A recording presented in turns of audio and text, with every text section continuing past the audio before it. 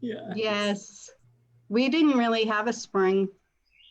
No, we had a cold spring.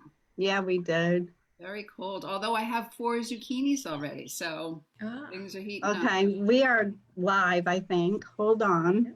Let me see. Hello, hello. I think we're live. I'm going to be checking. Hello, hello. If you are here, I'm super excited. Say hello to my amazing, amazing guests. We have a jam-packed show. A lot of things happened this week that we're going to dive right into. I'm super excited. Let me see if this is where it's supposed to be. Okay, yes, it is. Okay, so hello, if you don't know me yet, my name is Susan Bradley Bortfield, and I am the creator and founder of this amazing platform, as well as Coaches on the Rise and Soul Speakers Global. And I love to play. And so when the world shut down, right? When the world shut down, I was guided by my guides, my angels, to open the conversation, because what we see is not necessarily what is happening. So if you are not, if you're new to the conversation of awakening, if you're new to the conversation of energy and, you know, the metaphysical, be prepared, okay? Because we are going to go places that are going to stretch your imagination and hopefully open you up to a whole new perspective. Now, hi, Kara. I'm so happy. Hello, Suli, one of my favorite people in the whole wide world. So before I introduce my guests, I want to just say that I say this at every single conversation, because we all recognize that things are tough out there, right? In your human experience. We understand that there are people sick. We understand that there are people dying. We understand that maybe you lost your job. We understand, right? And so we don't want to take away or dismiss the actual suffering that's happening. But these conversations are to look beyond the suffering into what it is that we want to create in the world. And so I'm super, super excited to have these amazing guests. I'm going to introduce them, but if you want to connect with them, you can absolutely do so. I put the guest sheet with their bio and ways to connect with them outside of this Facebook group in the Facebook group. Now, please share this video to your peeps, right? Because we are going to be talking about healing. We are going to talk about transformation. We are going to talk about great awakening, right? So share it with your peeps if you feel that they may benefit from this conversation, but let them know to come into the Facebook group if they want to join the conversation, okay? I think that's all the housekeeping stuff out of the way. I want to first introduce Kathleen Quinton. And Kathy and I live close together, even though we have never played together. So I'm super excited that she said yes. She's right over the border, and she actually lived like in the same town as me for a time. So hi, Kathy, I'm super excited to have you here. Will you just briefly explain the magic of you? The magic of beauty. Well, thank you, Susan. First of all, for having me, inviting me to be on this panel. I'm very excited to be here today. I'm a life coach. I work in mindfulness and strategic intervention. I put on my business hat and help people with their businesses or their jobs. And I also am very interested in mindfulness and how people feel, lower and higher level feelings, and being grounded. And And in this case, in this world that we live in today, basically being able to focus on what we can control and what we can make better for ourselves and healthy for ourselves and other people. Sweet, beautiful. I'm so happy you're here. And next, I want to introduce Joellen. Now, Joellen and I have had the opportunity to play together many, many times. I'm super excited, and I'm going to be on her show on the 7th. So I'm really super excited about that.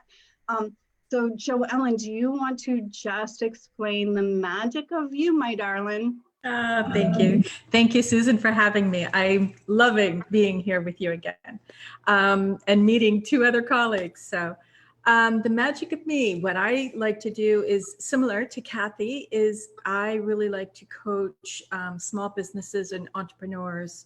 And I do that with a whole brain process because I have a long history in healthcare and the healthcare arena. I really bring in all the logic of building businesses, but I combine that with right brain tools that really shift their energy so that they can get out and thrive again. So my whole purpose is helping the brand new entrepreneur, the mid-level entrepreneur, and small businesses say, you know what, I am gifted, but they're struggling financially. So my focus is really how do we raise that revenue as well as raise your own energy to get there, because it's all in our mindset. So beautiful. That's what I do. Beautiful. So I love, what did I do? Hold on. Okay, this happens to me all the time. Funky things happen to me. I'm sorry about that. I love that about you, Joellen. When I first met you, that so intrigued me that you help your clients combine both the physical and the metaphysical, right? The right and left brain, so that they have more success. So I'm so super excited and honored that you're here with me. Thank you. You're welcome. And next up is somebody that I love to play with, and I kind of like to tease sometimes too, but he is from across the pond. He lives in England. His name is Michael, and he is a confidence coach. He's amazing. So I'm so honored and happy to have you here. Hi, Michael. Thank you. Hi, Susan. Explain the magic of you, my darling. Magic of me. Well, thank you again for having me. It's been fun. The magic of me, I connect people to the law of attraction. I connect them to their real true self. I help people understand the difference between their conscious and subconscious mind. I give people the tools and techniques to be able to change their life in many areas. I've used all the tools and techniques on myself, and I just know that it works when you really connect to the source of all that is, all that ever will be, all that ever was. You really do hold true power and pure potentiality. So I love that you, like, whenever I see you posting on Facebook, it's like you know how to live in flow. And that is such a beautiful thing. And so many of us, right, struggle to find the flow in our life. But you just seem to have this way of whatever's happening to find the goodness that's going on. So I so appreciate that about you. So I'm super excited. So first I want to welcome all the new members to our Facebook group. I'm so honored and blessed that you're here. And so today I really want to first start off with what we see with our eyes, right? So in the US, many of you probably know that that there's a lot of protests happening. There's a lot of people that are angry. A police officer was responsible for killing a Black man, and he is justice. The wheels of justice is turning, right? But this sparked protests, and most of the protests have been civil. People want to have their voice heard. People are angry. People are hurt. They want to have their voice heard, right? Which is a beautiful thing that in this country, we're allowed to express. But from that, some people that have anger in their heart, in their mind, they took advantage of what's happening, and they use that as a platform to loot, to bomb cars, to cause destruction and mayhem, not only for stores and malls, etc., but for police cars, and for causing destruction to people, right? Hurting people. So their intentions are not pure. And, as an awakened woman, sometimes I just want to be able to be really angry at somebody, but I can't, right? Sometimes I just want to be like, oh, I want to be mad, and I'll even try to be mad, but I just can't. And so I had a session with my beautiful friend Suli Yates, who is here. Hi, Suli, so excited that you're here.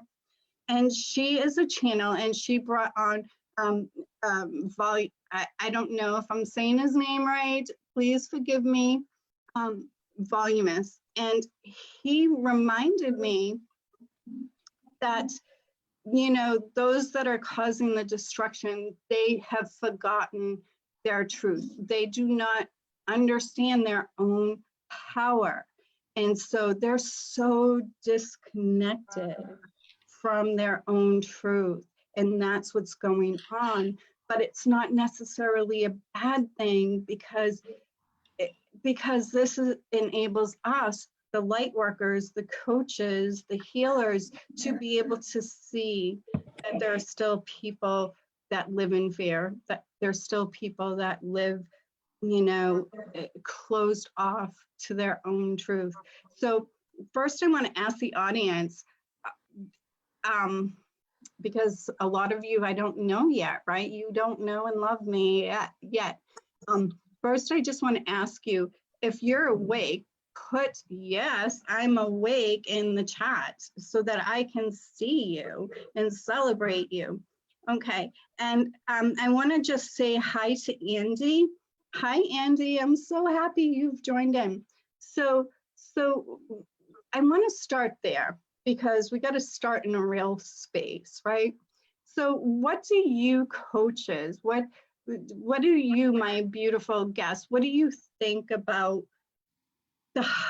what do you believe is the higher meaning of what is happening in the world? Just a little question.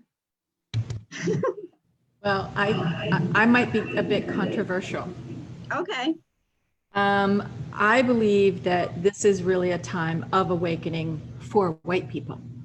I think Black people have known that there's been a suppression for a long time. I think those who are protesting, white, Black, Asian, Hispanic, everybody, they understand that, yes, I want to be part of this. But I also believe those who are rioting and looting, I think that they also are playing a role in the evolution. If we go back through time, through centuries, we've had volatile situations that helped society transform. And it didn't happen without volatility, because we stayed asleep.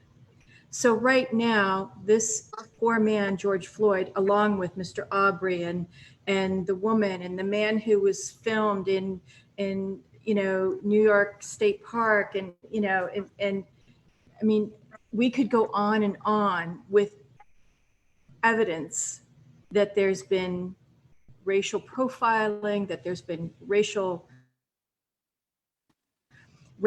and is systemic. But I believe that the people who are rioting is also a shot for humanity to say, and yes, they're misusing their power. I mean, clearly they're harming other people in the reality of what we see. But if we move beyond what we see and look from a higher perspective, they are change agents to say, humanity, you're valued more and you can be better.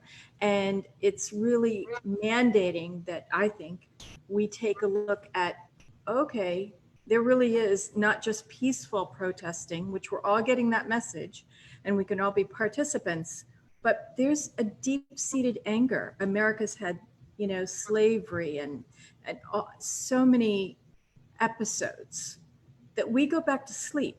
You know, we might call it spiritual narcolepsy, but it's also societal narcolepsy, in my opinion. So I think that it's an opportunity for us to look at and not, I don't know, for me, it's an opportunity to say they're angry. They have a reason to be angry, but they serve a much larger purpose in the millennium. Not, you know, not like because we're right in it right now, it's in our face, but through the millennium to possibly really shift our society from the me to the we. I love that. From the me to the we. Yes. So I, as an awakened woman, right? Because at one time I was asleep. So now as a awakened woman, I don't see color. I really, truly don't. And I know people will be like, you don't get it, you're a white woman, right?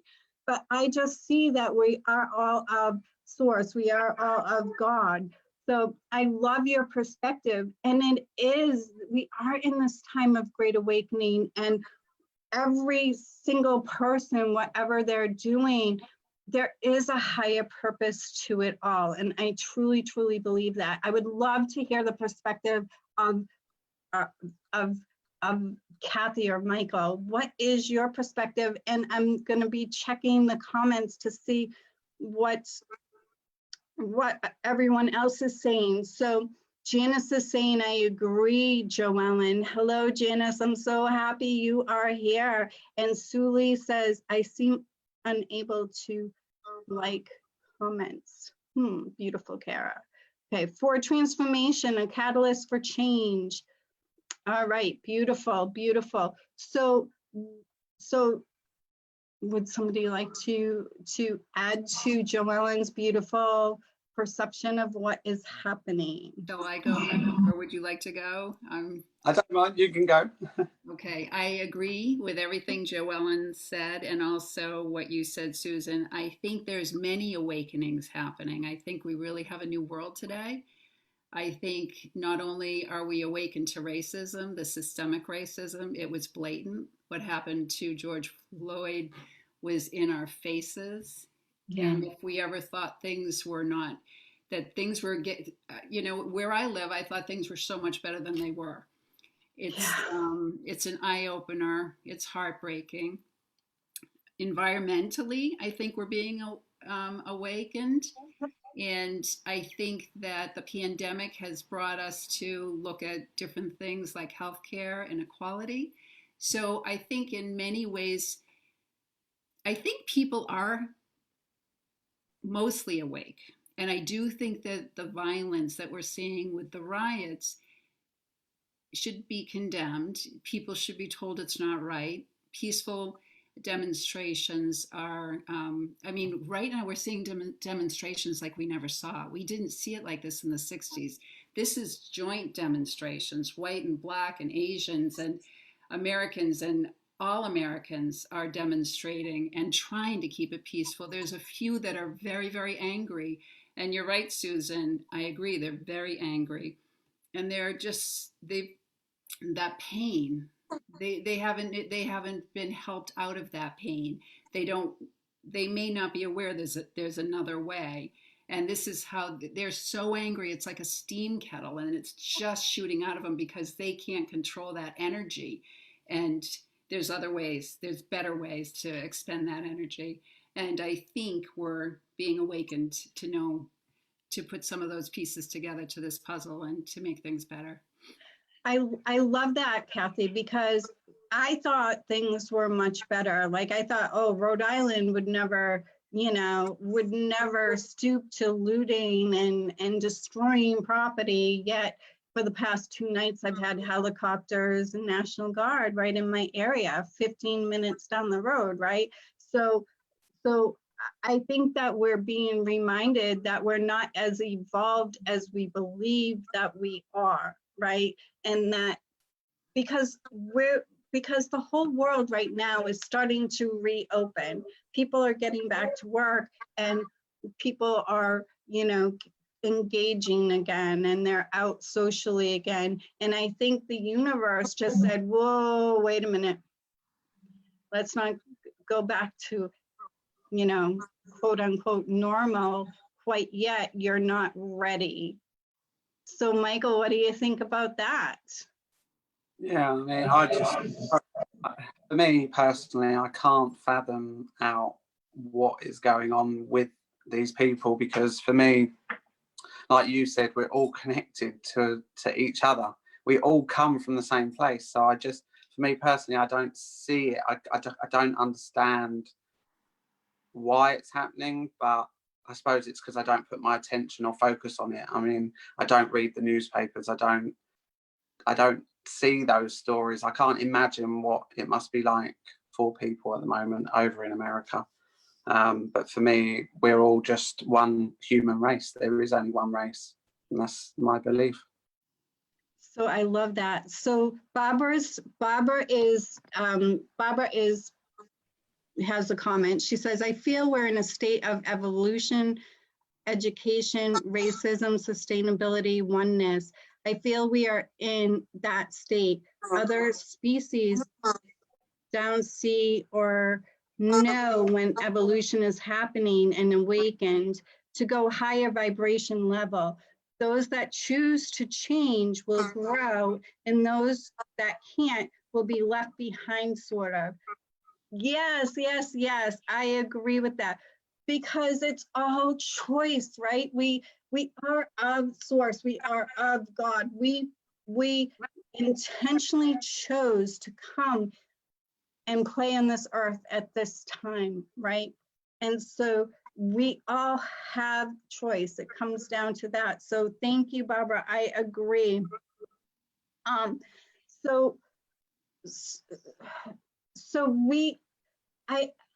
feel like the veil has been lifted, right? I really feel strongly like all of this is happening for us, not to us, right?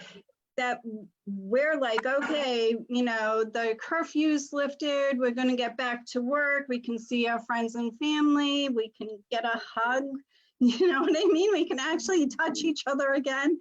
And then, and then I really do feel like there's still so much unrest underneath where we are.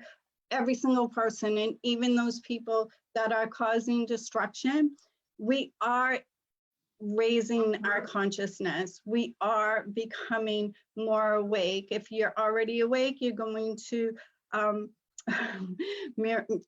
awesome, interesting things are going to happen to you if you are already awake, because you are still going to that next level. And I really believe that this is such a beautiful time in our history where we get to have the veil lifted so we can see the truth of what's really going on beyond the actions, right? So isn't this a yummy conversation? So Kara is saying, I feel that it's another way for the shadow to appear to us so we have more opportunity to shine. Yes, I agree with that. Yes, yes.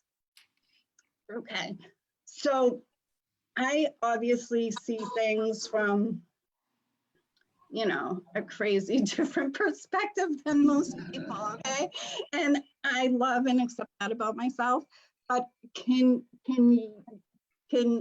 those of you that are viewing, or those of you that are watching the replay, and those of you that are my beautiful, amazing expert guests, can you see the consciousness raising? And before you answer that, I just want to remind people that you know, in the 70s is when, you know, acceptance really started to happen. So it really hasn't been that long, right? So I think that the people that I know and the people that are in my circle and the people that that I spend time with, they don't see color. They truly, truly don't. And I know I might get shot, I mean, you know, nasty comments for that, like, how dare you, you think you know, but we don't. I mean, I don't treat my Hispanic friends or my Black friends or my Portuguese friends, my white friends, I treat them the same, right? I mean, we have different relationships, you know, based on our history or whatever, but that's normal with any people. So I see the veil is lifted where we are moving from you're white, you're Black, you're Latino, you're Spanish, to from separation, right? Because to oneness. I believe that most people on this earth want the oneness. What do you think? Well, is it okay if I go? Yeah, of course. Okay, good. Well, for me, you know, just to share a little bit, when I was a teenager in high school, I was a cheerleader, and after school, you know, I had an interracial squad. It was still an incredibly difficult time with races at that time. And I was, you know, put on a committee because I, like you, Susan, I never saw color. However, I was raised in a racist family. And the first time I really experienced it is I asked my Black girlfriend on the squad, come on, she needed a ride home. And I said, sure, I'll give you a ride home. And my brother said, no, she's not coming in the car. And I said, well, then I'm walking home with her, period. It wasn't even a question. And so that's just one example that was just 40 years ago, not quite 40. Another example was when I, you know, talked to my Black friends and knowing that people, you know, will like, oh my gosh, there's a congregation of, you know, a small group of African Americans just hanging out and having a good time. And to be looked at like, well, let's walk across the street or this and that still happens. And we may not see it every day, but knowing that their pain has been generational, right? So many times. I don't see those who are rioting right now as being left behind because they're not as peaceful in how they communicate. I see us all as like we're on a spatial line, right? Some might be here, some might be here, but we're no different. We're at just different places, right? Because for me, when I think about, oh, they're not as awake as we are, it continues to create a sense of separateness.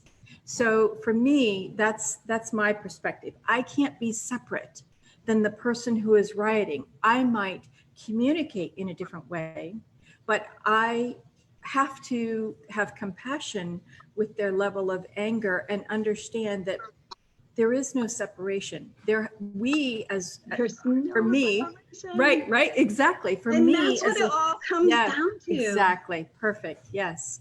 So, I mean, I've really had it in my face where it was in my family, and it's like, what's going on? And recognizing that I made a choice. You know, this is never about color.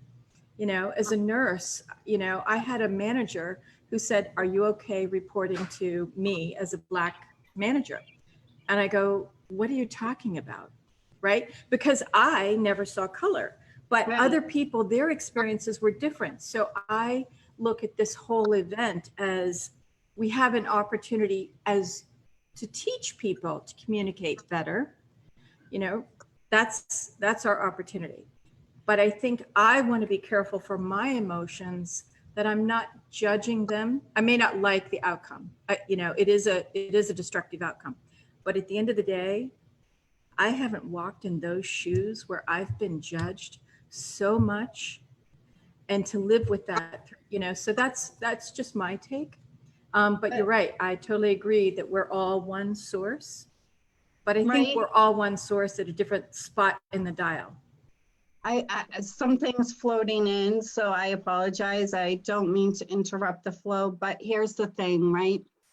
We all choose as one, as we are all the one, right? We are all connected. We are all everything. We are one. And as spirit, in our choosing to have this human experience, we intentionally chose to have this human experience. We chose the type of experience that we want to have. So for me, for instance, and I don't know if you guys are Trekkies, but I'm a Trekkie, so I'll use that as an example.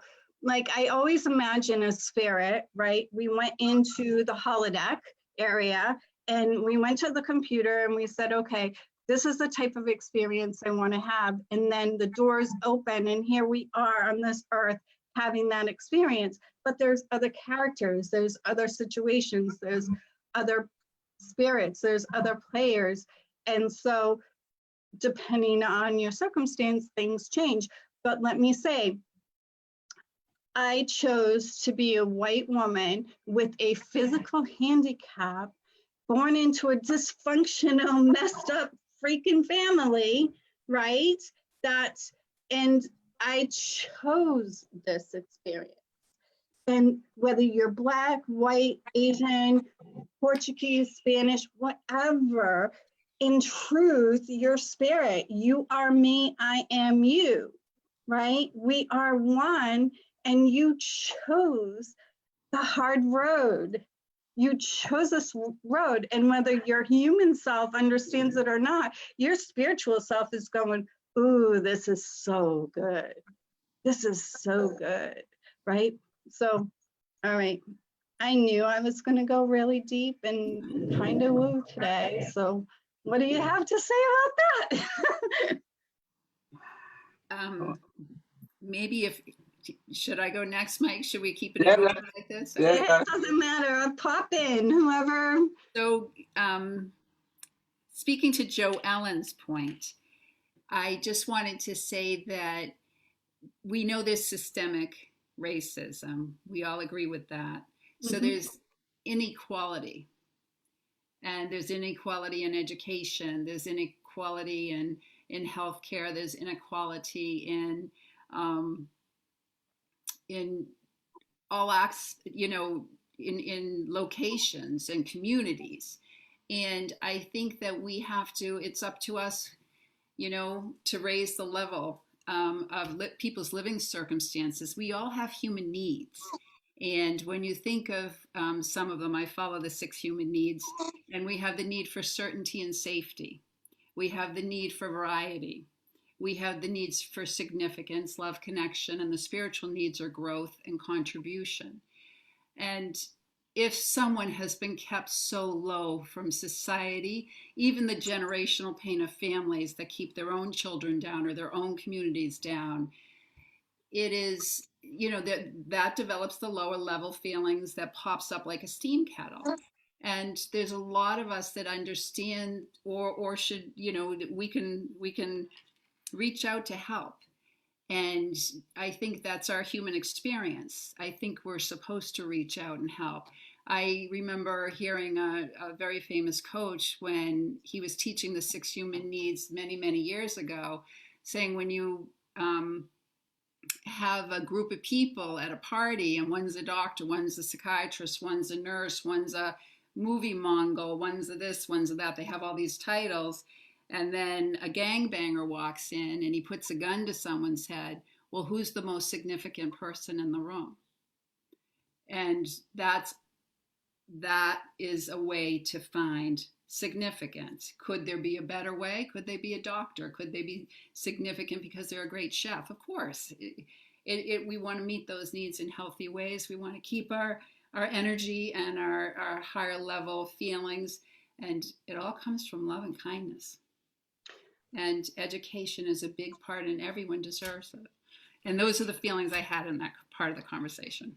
That's awesome. That's so awesome. But don't we all have choice? I mean, I was born, you know, as far as my parents were concerned, like I was broken. And if they could have returned me, they would have, you know. So I was told that I would always be dependent on other people, that I would never amount to anything, that I was nothing, right? I was told over and over that I was stupid, you know, that I'm too big for my britches. Anytime I tried to do, you know, to shine my light, I was too big for my britches. I was very suppressed. There was no music, there was no conversation in my house, okay? But we have choice, and every single person on this planet has choice to change their circumstances. We can either buy into and say, you know what, this is my story. They're telling me I'm never going to be anything, so I'm just going to buy into that and be dependent for my whole entire life. I'm not, you know, as somebody with cerebral palsy, you know, I had to work harder, I had to fight harder, I had to stand out more, I had to be better, I had to be smarter, right? But that was my choice to say, you know what, you can think that about me, you can believe that about me, but that's not going to be my story, and choose different, right? So don't we have the power to just choose different regardless of circumstance? I was bullied by my teachers. I had one teacher that stole my lunch. I had one teacher that put me in the middle of the room and said, who here likes Susan Bradley? And nobody stood up. I mean, it was a bad situation, but you could choose to stay in that story, or you can choose to rise above it and create your own story. Michael, I'd love to hear what you have to say about that. Yeah, definitely. I mean, I've done it myself. I've changed my story. Brought up in a dysfunctional family. I suffered depression for many years. Was told that I wouldn't amount to anything, or you know, clever enough, like you said, too big for your boots. Whenever you did try and shine that light, or try to get some attention or some love that you couldn't find anywhere else. But for me, I mean, I think I was always strong in the knowing that I was different, I was unique, I was a part of this earth, I was a part of everyone else as well. And luckily for me, I mean, I was shown everything that I didn't want to be, or through my parents, through my family. And I knew in that moment, I just knew that I didn't want that life for myself. So I chose a different life. And then when I suffered depression, I chose, no, I'm not going to keep on with this. I need to change something. Something has to change. And it's me that has to change, nothing else. I knew that tablets weren't going to work. I said to the doctors, depression pills, they're not going to work. It's got to come from me inside. But I didn't know what that was until I had therapy and then did other things to improve myself. And the more you work on yourself and become that selfish person, everything changes, because you are deciding your life story. You're deciding what you're wanting to create in your life. Right. And wherever you put in your focus and attention is what you're going to attract. So right. it comes to our perceptions, like you say. Right. So why did we, like, because we didn't growing up, right? We didn't understand that we had the power to choose for ourselves, because nobody ever gave us a choice. Nobody ever let us know that we had a voice, right? We were to be seen, not heard. And if you were being spoken to, it was not a good thing, right? So why can some of us break free from that, and why does some of us get stuck in the story, right? So I would love to read what Gina said. She said, yes, Kathy, as the pandemic has shown everyone what needs changing, be it healthcare, shelters, the overall areas that need help, and been highlighted since March. Now it is the awakening to the change, right? And so Joellen, I want to go back to what you said, because in the 70s, right, we had, you said your segregation. I went to Newton North High School. It was a very prominent school in Massachusetts. And we had desegregation in the 70s. So, but now there's so many of all colors standing up for equality, and that would have never happened 40 years ago. So to see how far we've come in such a short amount of time, are we ready to go to the next level? Well, I think, you know, I have a meetup that discusses the Celestine Prophecy book, and we just covered this chapter on the interpersonal ethic. So I think, but as you start out with that particular book, and I don't know why I read it at this time, but I had to do this. It was just, and this was right before the pandemic really burst open, and now this revolution, I guess. It was really, you know, and I read the book 20, 30 years ago. So I revisited this book, and I thought when they first started in the book, they talked about the millennium, right, of how we've evolved and everything, and that it really is, this will happen now and this will happen again, probably, because that's how we continue to evolve. We keep growing. And so to your point, have we gotten to a much higher level because of what happened in the 68 to 74? I totally agree with that. I think that each level that we're at, we're like a spiral shell, that we've reached one level. We may go down again, but we'll reach it again to the next level. So I think that that's maybe analogous to what I was saying earlier, is that if we're on this spectrum in space, you know, we're all at different levels, not behind or in front, but we're multidimensional, right? So I think that very much so, that it is a gift. It is such a gift for me to be here right now, to know that I might play just a small part in helping more equality. And I think that this evolutionary time is really a stepping stone to what could be greater evolution for us, because after all, I'm not a Black person. I didn't go through those degradations. Now, I know we've each probably had degradations experienced by us, like Susan, like you and your family, and my heart literally pains to hear it. But I can, you know, I can identify with that. So as an empath, I really have to sit back and say, okay, it's not mine to own, but it is mine to be sending love and compassion, right? I have to do that for others, but I also have to get out of myself and say, you know what do I have to, you know, like maybe 100 years from now, if I had a future self looking at me, Joellen, what do you need to learn? Where do you need to up level? You know, and so we just up level from where we're at. You know, whether we've unfortunately got people who are really angry and expressing that energy in that mode. What makes us change out of that? Maybe white people have a better chance, but there are still some African Americans or people of color who've been able to pull themselves out of that. I don't know the answer, whereas some can and some can't, but I just know that I agree with you that we're multidimensional and we pivot from one space to the next. You know, sometimes it takes 40 years, sometimes it takes hundreds, you know, I don't know. So Stacy, hi Stacy, so happy you're here. She says, perhaps your life lesson is to learn self-love. Our experiences teach us lessons. I love that you stayed strong and chose a new story, right? So isn't it true? Like,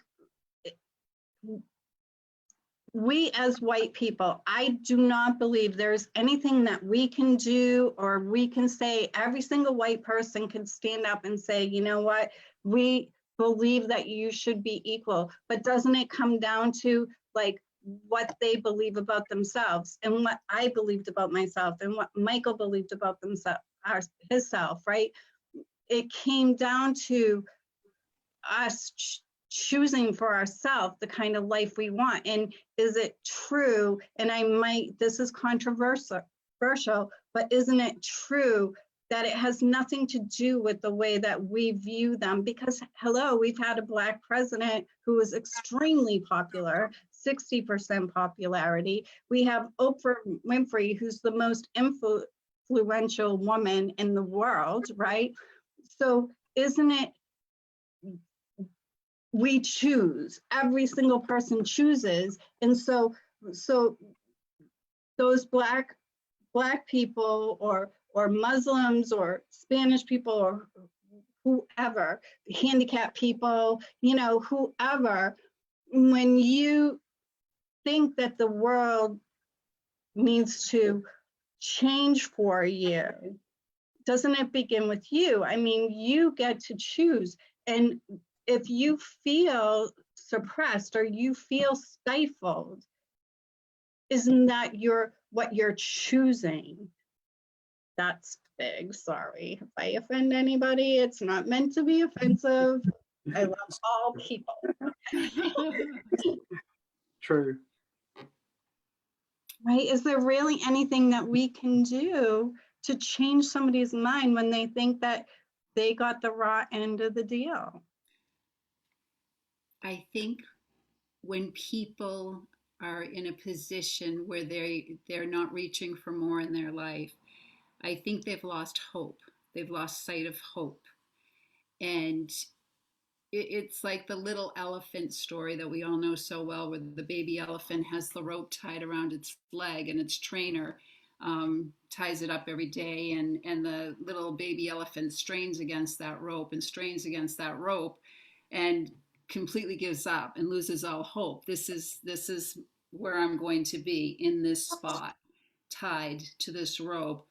And then the story goes, a gentleman walks through the village and he looks at this massive, majestic, amazing elephant and asks, why does that little rope hold that elephant? Why doesn't that elephant break free? And the trainer said, well, you know, you do it when they're young, and you tie them all up when they're young, and then that's their condition. They're conditioned to be that way.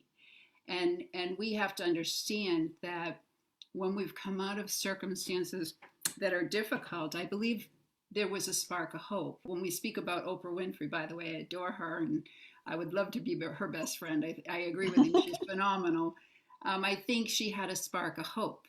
She had abuse, she had neglect, and it was severe. She read books. She was an insatiable reader. She put herself in other positions and she learned through books. She had hope. She had teachers that looked at her and said, oh my goodness, you're gifted. You're a brilliant girl. And they focused on her. And that is what I think. I think possibly that those of us that have had dysfunctional upbringings and had challenges that we've overcome, I think we've found hope. It has been somewhere, somehow, and we saw light and we reached for it. We all have a little something in us that has us believing in ourselves.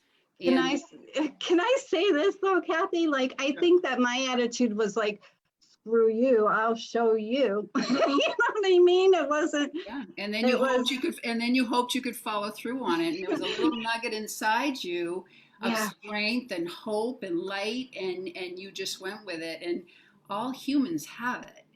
But that little elephant story, we have to remember that even in a white home with abuse and neglect and violence, you take a black home with abuse, neglect, and violence, maybe that white child went to school and someone saw hope, or many more times than maybe in the black home. I just want to be open-minded about hope and uplifting people. I love that, right? Because we are all beautiful. We are all special. We are all unique. And no matter how upsetting and how low things are in your life, in truth, you are whole, perfect, and complete. In truth, you are spirit. And in truth, you are more powerful than you could ever even imagine. And so choose you. Choose what you want. And you are the change that you want to see. So if you want real change, is looting or destruction, is that the change you want? That's anger. That's pain. That's screaming, guttural screams of pain, possibly. So they need hope. And I think hope's coming. I think the hope is that there's more people in this world standing with them than standing up against them. And if they could maybe open their heart and their mind to see that they would realize that they have value, that they are worth it, and that we do want them to have the life they deserve. We do want them to have the life that they want. And so we're not the enemy. Yes, there are still bad cops. Yes, there are still bad people, right? But don't lump us all into that. Don't lump us in with those people. Right. We want them to pay for their crime just as much as you do. No?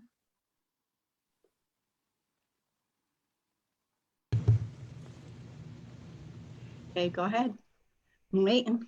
I think what's really cool is that the young people of today, those who've gone through the mass shootings, and when I used to live in England, and when I moved back, the first year is when we had the first shooting out at Columbine. And I said, oh my God, I want to move back to England, right? And so over these past 20 plus years since that happened, I've seen the youth really evolve and to your point earlier, Susan, is like, did the 70s get us to where we are today? These beautiful souls who are born now are so evolved that, you know, their brothers and sisters are white, black, brown, Asian, you know, it's so beautiful. And they're the ones who are leading the charge in these very peaceful protests, exhibiting their First Amendment rights in the United States, saying, no, stop.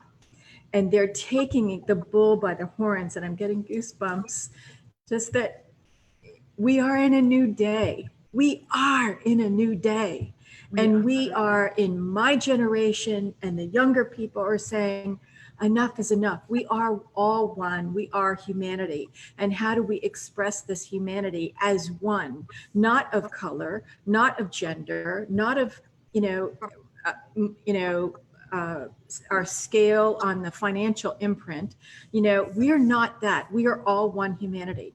So I think I am absolutely blown away with the intelligence, with the passion, with the promotion of humanity by our younger generation. And that includes across the world. England, Paris, Paris was walking, world leaders were coming out and saying, this is a time to recognize that we have an opportunity to not mistreat a fellow human being, regardless whether they're of color or of any ethnicity or any gender or transgender or any like special descriptions, handicap, anything. It's an opportunity to now look at our humanity. And all I can do is I cry in pain, but I cry in gratitude, and I cry in hope and really joy and happiness of what this future now brings us, that it really is, I think, up-leveling, not just our society and to the pandemic. I think it's up-leveling our world. It's saying, you got to go within, and it all starts with me. So it all starts with, and we are going to go there in just a minute, but I love what you're saying. And I just want to say this, it's like, go to the structures, right? In the United States, I think that everyone I personally know, everyone on my Facebook page, every one of my clients, we want to come together as one global family, but our structures are that in which are set up to divide us: Republican, Democrat, rich, poor, white, Black. Like, our structures, our institutions set us up to remain divided, right? So we have the power and the ability to change that. And what's happening now on a spiritual level, on an energetic level, on a global level, on a human level, is that we are becoming very, very much aware of where those divides lie, and that we now can have the opportunity in a real way to dissolve those lines. Go. Mike, did you want to speak? Actually, Yeah, I apologize. So I just want to read what Barbara wrote before you go. She wrote, so many privileged kids, white or not, are lost. And this is an important time because those kids quarantined in abusive situations, many, their only safe place was at school. I think the visual of the masses showing up, I hope, will give hope.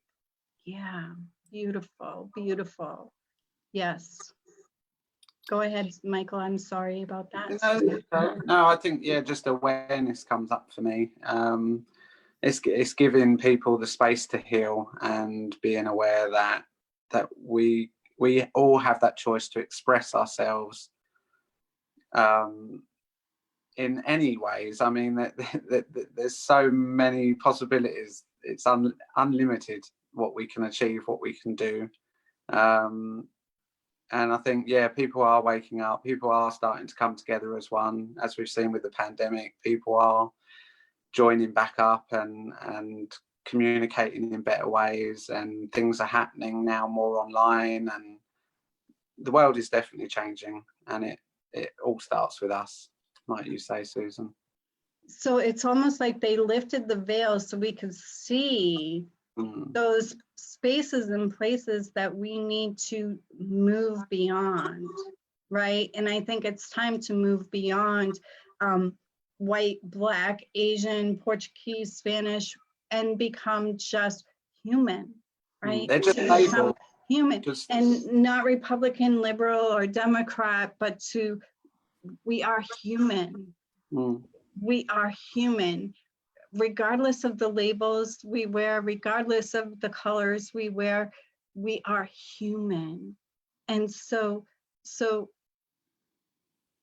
I think that beyond this, we are moving towards those lines being dissolved. Those lines, yes, it's going to take some time, but this is a great opportunity. Never before in history has our government, our leaders, our ministers, all our teachers, they've had to step up in a bigger way, in a more caring way, in a more, so everything, like, I've been watching my governor. I didn't like her before, but I am so impressed. Like, she is considering every single person, whether you're homeless, whether you're Black, whether you're Hispanic, whether you're Latino, whether you're rich or poor, or business owner or homeowner. She is seeing us all for the very first time. For the very first time, I feel seen by my leader, right? My leader. So I want to just read some more comments are coming in. This is so yummy. Okay, so Joan is saying, when we come from a place of hopelessness, sometimes encountering a person or persons needs to believe in us before we can begin to love yourself enough to change. Yes. Yes. Stacy is saying, like you stated, we're not taught to have a voice when we are young, among many other things that we learn as an adult. If only we can educate today's children to grow up and have an immensely different experience. We are shut down as children. And, oh, 1 second. And this carries over well into our adult years. The more open we are, the less resistant to change we are, the more forgiving we are, the more understanding we are, and so much more. Yes, yes, yes, yes. I love that. That is, yes, it does start with our children, right? They're brilliant and beautiful and smart and they see things so openly. And so I think that we should listen to our children because they will tell us exactly what is happening. So, okay, go ahead. Somebody share, please. I'm in a Facebook group that is the name of the Facebook group is Raising Children with a Growth Mindset. And Yes. I know I don't have young children, but I have grandchildren, and I raised 3 children.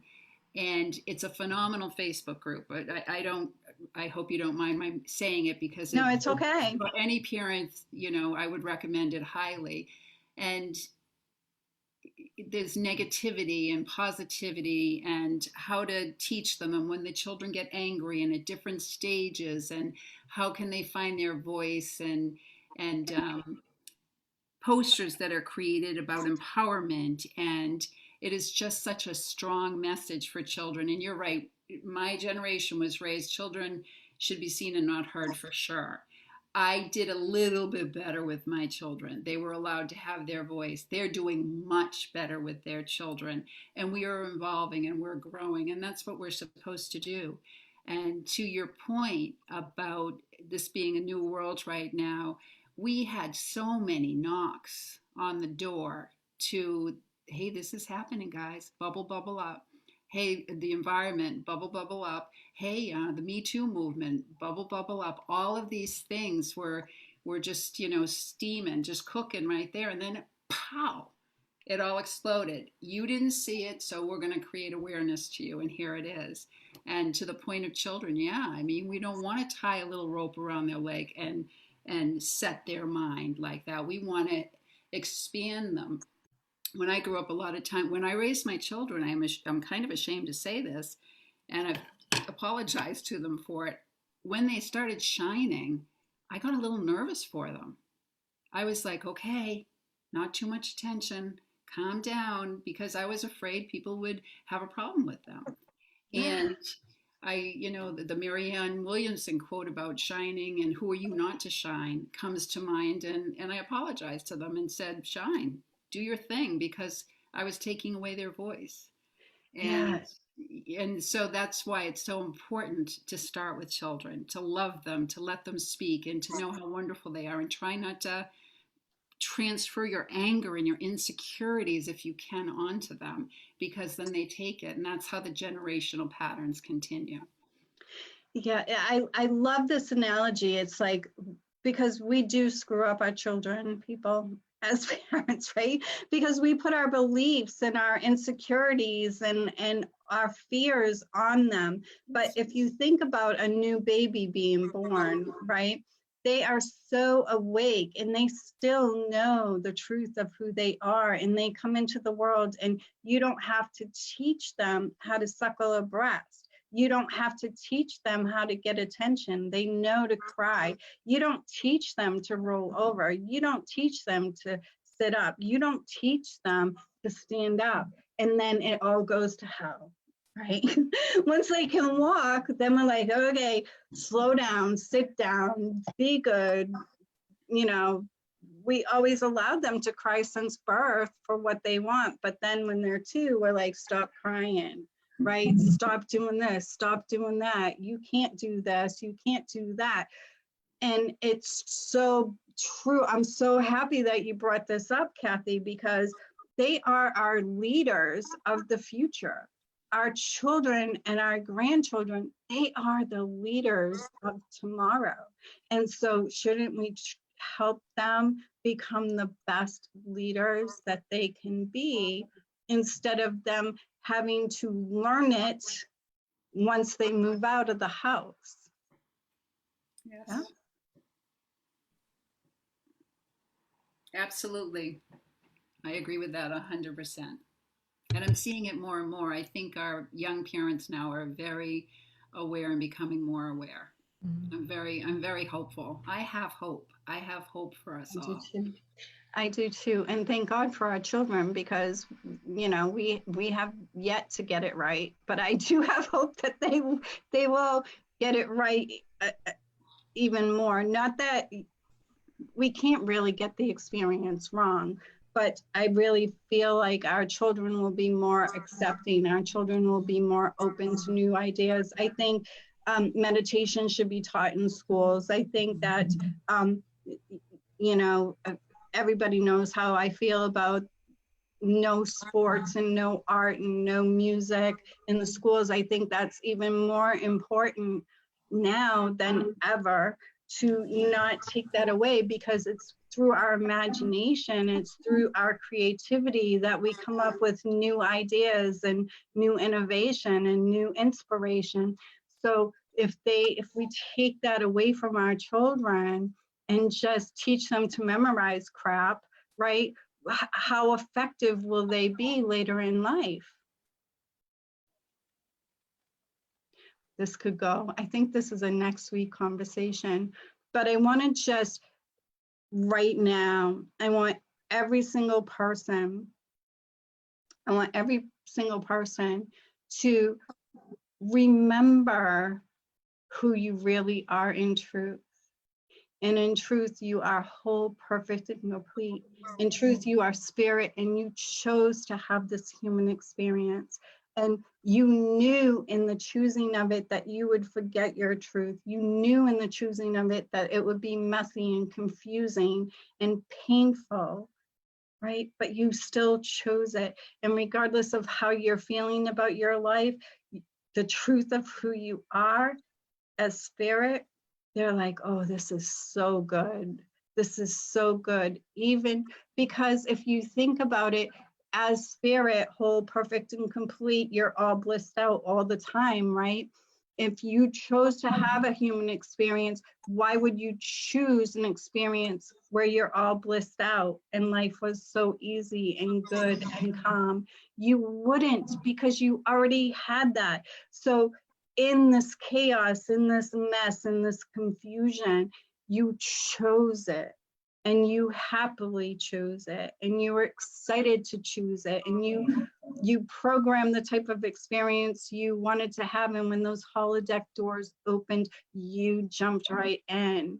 Okay, so connect with that truth, connect with that knowing that you cannot get this experience wrong, because it's your experience to have any way you choose. Okay, connect with that part of you that is all knowing, that part of you that knows no matter what is happening in the world, all is well. Yeah, so I was guided to say that. Any thoughts, anybody? All is well. Yeah, All is well. it's always perfect. If source is within us, how can it be wrong? It's an opportunity. Yeah. You are me and I am you, and we are one, and that is the real truth. And so I want to just wrap this conversation up by saying that just by maintaining your own energy, maintaining your own integrity, and not getting sucked into the drama that is going on around you, right? You can protest, you can do whatever you want to do, but if you want to evoke change in the world, it starts with you. And so when you maintain your energy, when you allow your light to shine, every single time you practice kindness, every time you put something nice out, every time you reach out to somebody that's feeling low, every single time you send love and light out into the world, you make a difference. And Imagine like we're all like connected. Imagine we're all standing arm to arm right next to each other. Forget the coronavirus, you're not going to get it, right? Just imagine, this is an imagination. So just imagine, and we're all in the same big banquet hall of life. We're all in this beautiful big banquet, and there's people that are angry and they're pouring their energy into that room, and there's people that love and they're pouring their energy into it, and people that are ecstatic and happy and joyful and they're putting their energy into it. And this is what is creating our world, right? So be mindful of the energy that you're putting into our banquet hall of life, right? Because we are energy. And so just by closing your eyes and putting your hand on your heart and saying, I'm just going to send love, just going to send light out into the world, you actually are. You actually are making a difference. And the more light we can pour, the more light we can be out into the world, the more you will see the world reflect back to us that light. Thoughts? Can I just say that, well, for what comes up for me is that what connects me to it is that remembering that all light comes from darkness, and every bit of light that you see comes from that dark place. So for me, connecting to the darkness in my mind and the universe, and then I know that I'm connected to everything and everyone. So yeah, that helps me. Yeah, isn't that beautiful? And Andy is saying, shine and others will shine with you. And Barbara is saying, that is what I meant earlier. We're all on a different path, and to stay in our energy and our vibration and not play small because of others' path. Used to go small and make somebody else feel good, butterfly effect, right? It is our responsibility to shine. It is our responsibility to be the light, right? As coaches, as healers, it's our responsibility to be the solution. And so just be mindful. And I would like to see everyone, every single person in this group, every single person watching this video, every single person on the replay, just take 5 minutes and close your eyes and tap in and just be the light and project the light out into the world and project the love out into the world. You are energetic and you can do that. And I want to, this is coming up and it came up before our call today, so I'm going to mention it. This is how powerful you are. I had a client, and she speaks publicly about it, so I'm sure she won't mind that I bring this up, but she had a very volatile relationship with her mother growing up, and her mother was dying of cancer. And so she wasn't sure if she wanted to go and see her mother. We did a process where we did the heart-to-heart process, where I took her through a process where she filled her whole being with light and love, and then the light extended from her heart to her mother's heart. And in this process, we said, one heart. Now you are one heart. You are one together. And she did choose to go and see her mother. And when she saw her mother looked up at her and said, one heart. So she received that. She received that. And through this process, her relationship with her mother healed completely healed.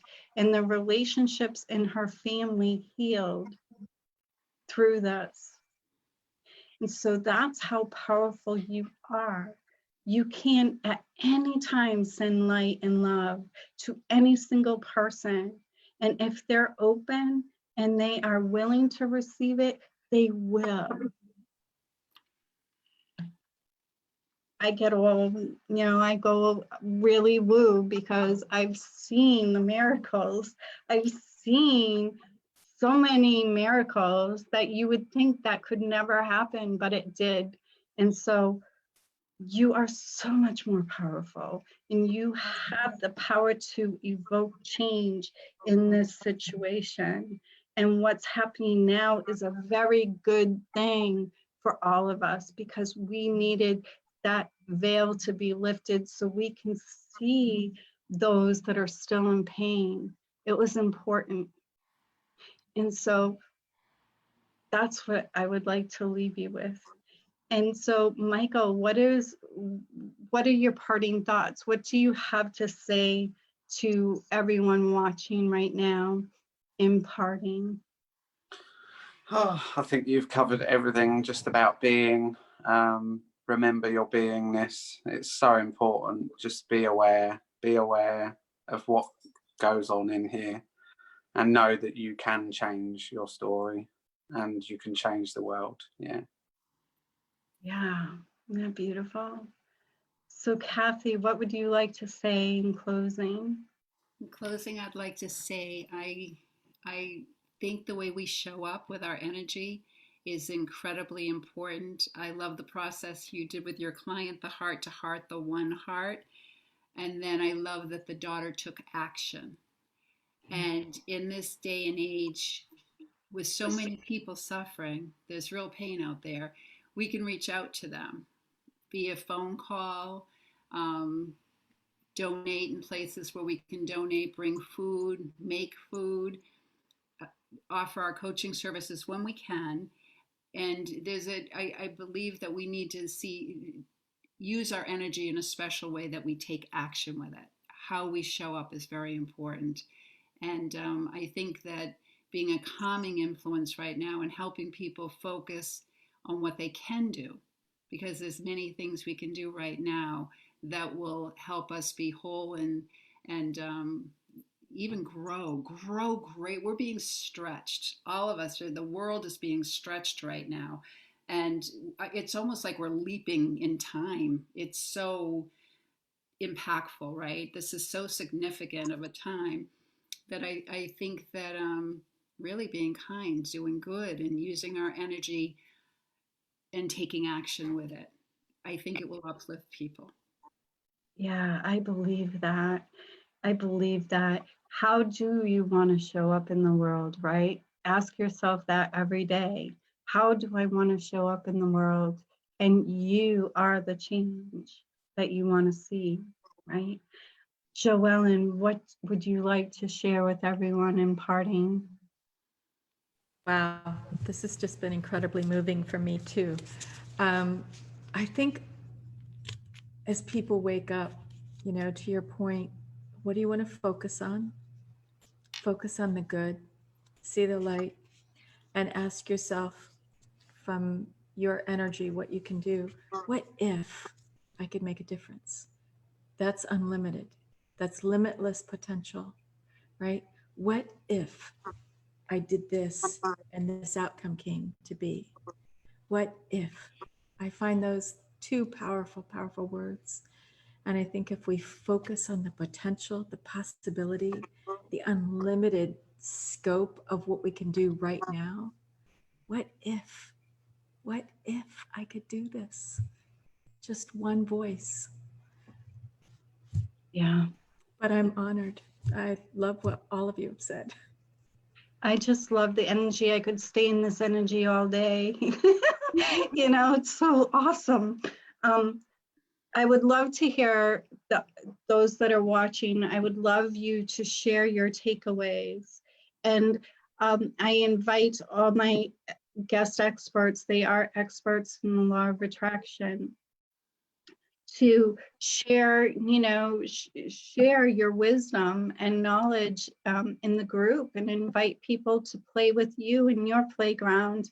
And, if you watching, if you're in fear of what is going on, or you have family that is going from a place of fear, remind yourself and perhaps remind them of who they really are in truth, and see beyond the colors, see beyond the apparent, destruction or the apparent, what seems to be bad behavior, and see beyond that to the heart of the matter. And then the healing can take place. So I am sending so much love and light to all of you and to the world at this time. And I'm just really excited for what is in process of becoming. We are always and forever becoming. And so enjoy and much love and light. Thank you, Susan. Thank you. Thank You're you. welcome. So nice to meet all of you coaches. You, Kathy. It was such a pleasure. I would like my guests to stay on. I'm going to end the Facebook Live, but I would like to say